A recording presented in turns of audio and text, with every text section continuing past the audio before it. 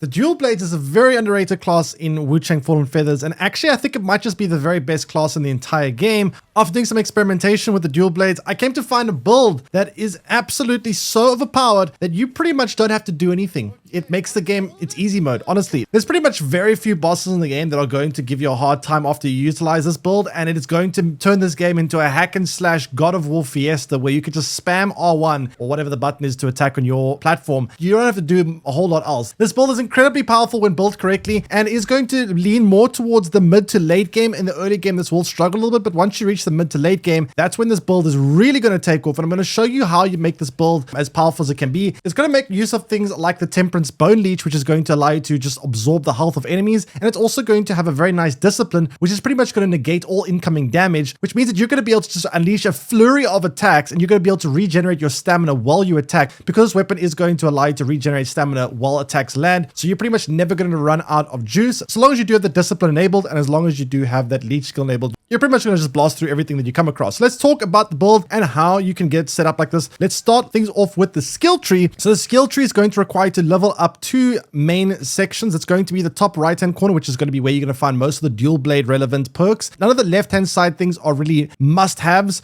They are nice to have, but it's also going to be important for your survivability. A lot of the left hand side nodes here are going to give you things like extra mana capacity, extra skyborn might, and it's going to give you a bunch of other benefits which you're obviously going to need. So make sure you level that up as well. Don't neglect the left hand side of your skill tree, but you're going to want to kind of balance between leveling up top right and the left hand side. So let's first talk about the top right hand corner of the skill tree. But before we do that, the weapon that we're going to be making use of is going to be the firearm blades. Before I forget, this one is going to give you the best stats overall. It's going to give you agility 4 and strength 2. There's one other dual blade that's actually also very good, but it's a DLC blade. That's going to be the Eternal Sovereignty. That one isn't bad, but it is also going to be, like I said, it's only going to be available for the deluxe edition. But I do find the firearm blades overall is just going to be pretty much just as good, if not even better. So go ahead and make use of those when you do get a chance to get them. It's not very difficult to find. You can find a bunch of these. They're not very rare, so you should have no problem finding those. But now let's take a look at the skill tree. Now the skill tree we're going to be making use of is going to be the Feather Chaser. Now the Feather Chaser is going to allow you to dual blades attacks can gain clash. Now clash is going to be a very important mechanic that you understand. And basically what clash does is that when you attack at the same time as an enemy, your attack will kind of negate a lot of the damage. You will still take some damage, at least until you level up to what I'm going to tell you. But typically you will take some damage and you won't get stunned by the attack. So it's going to allow you to just keep going. You can ignore the damage and just keep attacking. Obviously you'll take some damage, but again, since we have Leech on, we're not going to really take damage because we're going to be healing up ourselves anyway, so it doesn't really matter. And that's where the beauty of this build comes in. Then we're also going to want to, like I said, level up mostly agility, a little bit of strength. Agility is going to be a better stat to level up since the weapon scales higher with agility. So focus on agility nodes, but also pick up some strength nodes when they are convenient for you, since those are going to give you more damage as well. You can pretty much ignore everything that has to do with feathering or magic, since this build is not going to focus too much on those. So just make sure you focus mostly on things like vitality, endurance, especially agility and strength. Then moving on up, we're going to pick up this perk Unmatched, and Unmatched is going to be you can consume 1 stack of skyborn might to quickly strike with charged heavy dual blade attacks. This is actually quite a nice one to have. Charged heavy attacks are going to be like this whirlwind attack with the dual blades. If you do end up hitting the final swing of this attack on an enemy from behind, it will in most cases stun them, giving you an opening to get a bunch of free hits on them and a finisher move. Now it's important to note only the final hit of this is going to stun enemies. So if your first 4 hits hit enemies but your final one misses, you're not going to stun them. If your final one hits and all the other ones miss, you will stun them. You're going to want to make sure the final hit here is the one that hits them from behind. Then if you want to pick up this perk, the Swift Warrior, this one is going to be the 4th attack of the dual blades light attack combo, will grant 1 stack of skyborn might. Now skyborn might is going to be quite important. We've already touched on this, but basically what skyborn might is, it's going to be this game's version of mana. It's going to allow you to do your disciplines so that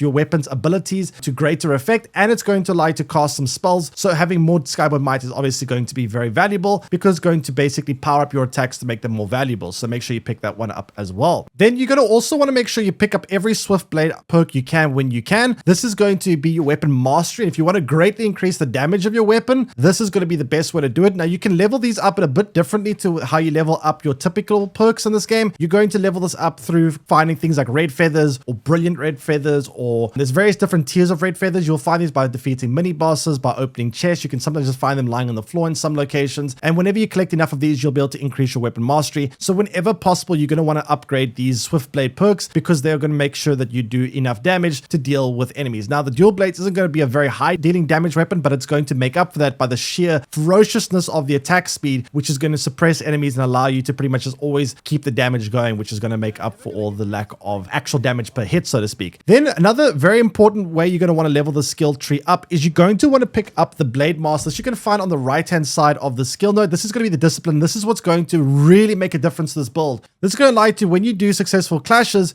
you are going to basically negate most, if not all, of the incoming damage, and that is going to be huge because when you activate this, you're going to essentially take little to no damage when enemies attack you. Now, this isn't going to protect you against everything. When it comes to unarmed attack, like kicks or punches, things like that, you won't be able to deflect those. But when it comes to slashing or stabbing or anything that has like a weapon from an enemy, like a blade or a dagger or whatever, you're going to be able to deflect those attacks, and you're pretty much going to take no damage while you're attacking, which is absolutely insane. And especially when you combine this with the Leech Temperance Stone, this is going to mean that you can not only just not take damage, but you can also heal yourself while you are dealing big damage to the enemy, which is obviously very, very massive. Then we're also going to want to pick up the kind of like upgrades for this discipline. One of them is going to be the Blade Master Variant 1. And this is going to increase the duration that this buff will be active for. And then you're also going to want to pick up the Variant 2, which is going to be Restoration Effects becomes more potent while at 90% madness, and also clash weapons with your enemy, deflecting most of the incoming damage. This is where the most of the incoming damage is going to be deflected, and this is going to be why you make use of this, because while you activate this, you are going to essentially be kind of invulnerable, especially if you combine it with the Leech Temperance. Now, it's important to note this skill is only going to last for, I'm not sure the exact timing, I think it's like more or less 10 to 15 seconds, but here's where it gets really crazy. While you are attacking enemies, you are going to constantly be gaining Skyborn Might, because your combos, when you do end up hitting certain combo of your light attacks, you will end up generating Skyborn Might. So while you're attacking enemies, you're going to generate a ton of Skyborn Might. So the second that you run out of this discipline usage, you can just activate it again and just keep going. It's pretty much never going to end, and you can activate this whenever you want, and it's very quick to activate, so you won't have to worry about stopping your attacks for too long. It's like a fraction of a second to activate, so you can just keep the pressure going. That's going to be a very important one to pick up early on, so try to get that as quickly as possible. Then moving on up, you're going to be able to find the Wave Break, and what this is going to be able to do is heavy dual blade attacks are going to gain Clash, and then successful clashes with this weapon are going to gain Skyborn Might, and that's going to be where you're going to generate most of your Skyborn Might from, because when you're clashing with enemies, you're going to be generating Skyborn Might, and when you end up generating Skyborn Might, you're going to be activating your discipline, which is going to give you pretty much invulnerability, which is going to generate you then more Skyborn Might, and you can just keep this loop going forever. It's pretty insane when you actually get a good flow of it. Then you're going to want to pick up on the left-hand side of this, the Mighty combination, and this is going to be the 6th attack of the dual blade light attack combo will gain 1 stack of Skyborn Might. If it's an enemy, that's going to, of course, just keep giving you more Skyborn Might, and since you're going to actually get to that 6th attack of the combo fairly easily, you're definitely going to pick this up because it's just free Skyborn Might. Then you're going to want to also move on a bit more to the left here and pick up the Leaf Slasher, and this is going to be the 4th, 5th, and 6th attack of the light skills are going to gain Clash, and then successful clashes are going to gain 1 Skyborn Might. So the more you clash, the more Skyborn Might you get, and that's just going to make your life so much better. Make sure you also pick up the Swift Blade here as well. There's a little Swift Blade in the center here. Pick that up when you can, and then after that, you can just kind of work your way to the top of the skill tree. There's nothing really too much important in terms of actual perks to pick up, other than the two, like there's a Vitality module here that's going to give you +5 Vitality right at the top left, and there's also opposite to that going to be an Endurance module, which is going to give you +5 Endurance. Now, the important thing about these two perks is because they are bigger nodes, they're only going to cost 1 red Mercury Essence, but they're going to give you essentially what is worth 5 points, so make sure you pick those up because they're very, very valuable. After that, you're going to want to pick up the last Swift Blade when you do reach the point of the game where you can actually upgrade the last one. And then also, if you want to go for a more late game build, you're going to want to also pick up a bunch of these other disciplines like Whirlwind Flurry and the other ones you spot on the sides here. The reason being is because I like to make use of Benedictions that are going to essentially allow you to do more damage the more disciplines you do end up learning. So you're going to want to pick these up. Now, this is more of a late game thing because in the early game, you're going to be a bit, tight on your perks, so you won't be able to pick all of these up. But once you reach the mid game, this won't be too difficult. So when you can, pick up all the disciplines in the skill tree, since you are going to be able to do more damage when you do equip the Benedictions that are going to increase your damage for more disciplines being learned. Then moving on to the left-hand side. Now, it's going to be up to you to decide how much you want to invest in the left-hand side versus the dual blade skill tree. You're going to have to kind of balance these two between each other, but I'll leave that up to you. If you feel like you need more healing, then invest a bit more on the left-hand side. If you feel like you're lacking damage, invest more on the top right-hand side with the dual blade node, because that's going to obviously be a big portion of where you're going to increase your damage and your overall weapon effectiveness. But if survivability is something that you're struggling with, you can head on over to the left-hand left-hand side of the skill tree, and this is going to be where you're going to be able to find all the mana capacity upgrades as well as mana potency upgrades. Now, the mana capacity upgrades, you're only going to be able to upgrade when you find Forgotten Remembrances, and when you do end up finding things like the Lost Remains, you'll be able to upgrade your mana potencies. These are typically things you're going to find within like these golden chests around the map, and if you do end up looting those, you will typically find your items you need to upgrade your mana potencies. Now, you're also going to notice that you're going to see Skyborn Call 1 and 2 and 3 down this node, and that's going to be quite valuable because the more Skyborn calls you have, the more you're going to be able to increase the maximum capacity of Skyborn Might you're going to be able to obtain, which means you're going to be able to store more Skyborn Might, which of course means you're going to be able to just have bigger mana capacity, so to speak. This is important to be able to cast more potent spells or more expensive spells, so to speak, and you're going to need to pick these up. So definitely pick this up very early on because you're going to need it later on. So the important one you're going to want to pick up here is Steel Resolve, and what Steel Resolve is going to do, well, 50% mana, you gain 1 Skyborn Might upon deflecting, so that one is going to be quite valuable since we are going to be deflecting quite a bit.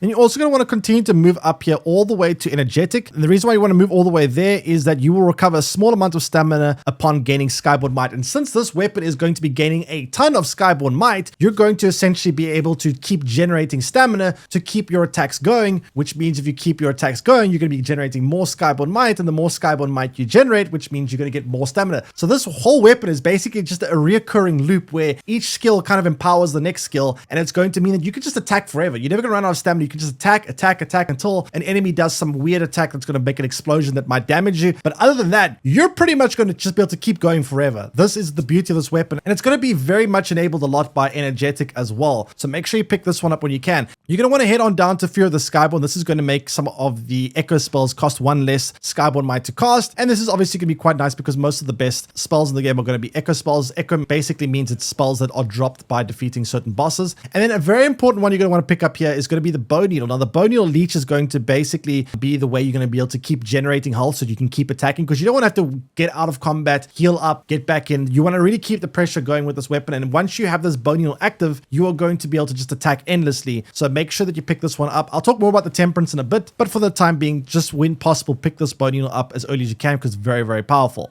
Then you're also going to want to keep moving on up here to try gain the Temperance charge here. You're going to see Temper. This will give you 1 extra charge. So if you don't know how Temperance works, it's basically in your inventory under the items tag, you will see an icon that looks like an arm. You need to equip that, and then you need to utilize it like it's any other consumable, and this will be how you activate your Bow Needle. Now, these will regenerate every time you rest at an altar or fast travel, so you don't have to worry about running out of them, but this is going to give you more of them because when you start out, you're only going to have 1 Temperance charge. This is going to allow you to have more Temperance charges. So pick up Temperance charges on the way when it's convenient for you because it's quite a valuable perk to have. Then keep heading on left and keep upgrading your mana capacity and mana potency whenever you can, and head on all the way down until you see Alteration. What Alteration is going to do is going to unlock more acupoint slots on your Temperance. That's going to be quite valuable because more acupoint slots is going to basically allow you to enhance your weapon further and allow you to put bonus upgrades on your weapon as well. Then when you head on all the way to the far left hand side of the skill tree, you can pick up the last mana potency upgrade when possible. There's also a mana capacity upgrade at the top there if you have obviously enough Forgotten Remembrances to upgrade these. Pick those up, and then if you really have pretty much defeated most of the boss in the game, you'll be able to pick up the last Alteration, but that's only going to be able to be obtained when you defeat the White Alder, and he is going to be a very late game boss, so don't worry about that, at least not in the early stage of the game. Now, if you've reached this point and you still have some extra perk slots because maybe in the very late stage of the game you don't know what to do, I would end up upgrading the Longsword tab because the Longsword tab is going to have a couple of agility slots there you can upgrade, or you can also upgrade the Spear tab. Now, you don't need to pick up any of the perks for these weapons because for the most part, you're mostly going to end up using the primary weapon. You're not going to really use the secondary weapon, but when you do end up having extra perks here, you can just put them into these skill trees. Maybe pick up some more agility icons when you can, which will give you more damage. Maybe pick up some more strength or maybe some more vitality. If you feel like you don't have enough health, you can just level those up as you please. You don't really need to pick up anything like the weapon's perks unless you really want to use a secondary weapon, but otherwise you won't really need that. Now, let's talk about the Temperance since we mentioned a bunch of that. Now, for the Temperance, what Bow Needle you're going to be putting on obviously is going to be the Leech, as we did end up unlocking that, and that is going to allow you to recover health from whenever you damage enemies, which is going to be, of course, very valuable with this build. Then in terms of the acupoint slots, you're going to want to put on the